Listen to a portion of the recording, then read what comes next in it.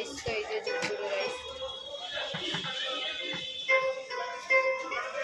রাইসটা বেশি নাচানো ভালো না, ওই জন্য উঁচু করে হ্যাঁ হ্যাঁ।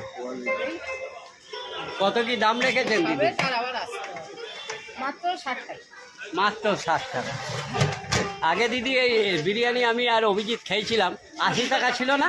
80 টাকা ছিল, কিন্তু স্টেশনের ওপরে মানে লোকে যত কম ভালো মন্দ বুঝবে না, মানে কম যত হবে তত ভালো।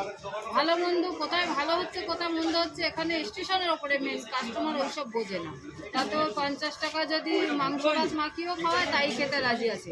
তো আমি 50 টাকায় রাখিনি, কেন রাখি? 50 টাকাটা রাখলে আমার পকেটে কিছু থাকবে না, ওই কারণে আমি একটু মেনটেন করে জিনিসের কোয়ালিটিটা একটু ভালো রেখেছি, খেতে যাতে টেস্টি হয়।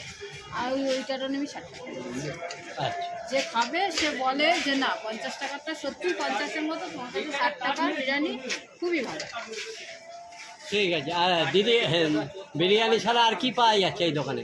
এই দোকানে এখন বিরিয়ানি পাওয়া যাচ্ছে, আর কালকে তো বন্ধ থাকবে, আবার পরশু মঙ্গলবারে কি বুধবার থেকে পোলাও হবে, ফ্রাইড রাইস হবে, ওগুলো কম হবে।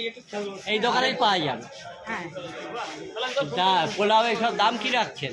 পোলাও কম্বো থাকবে হচ্ছে 60 টাকা, ফ্রাইড রাইসও 60 টাকা, সব 60 টাকা। বিরিয়ানি হ্যাঁ, সব 7 টাকা করে। একটু কম্বোয় কি কি থাকবে একটু বলে দিলে ভালো। কম্বো বলতে রাইসটা এখনো কম্বোটায় কি কি থাকবে এখনো ঠিক করিনি, কিন্তু পোলাওটা 2 পিস চিকেন দিয়ে 60 টাকা নেবে, আর বিরিয়ানি তো 60 টাকা আছে।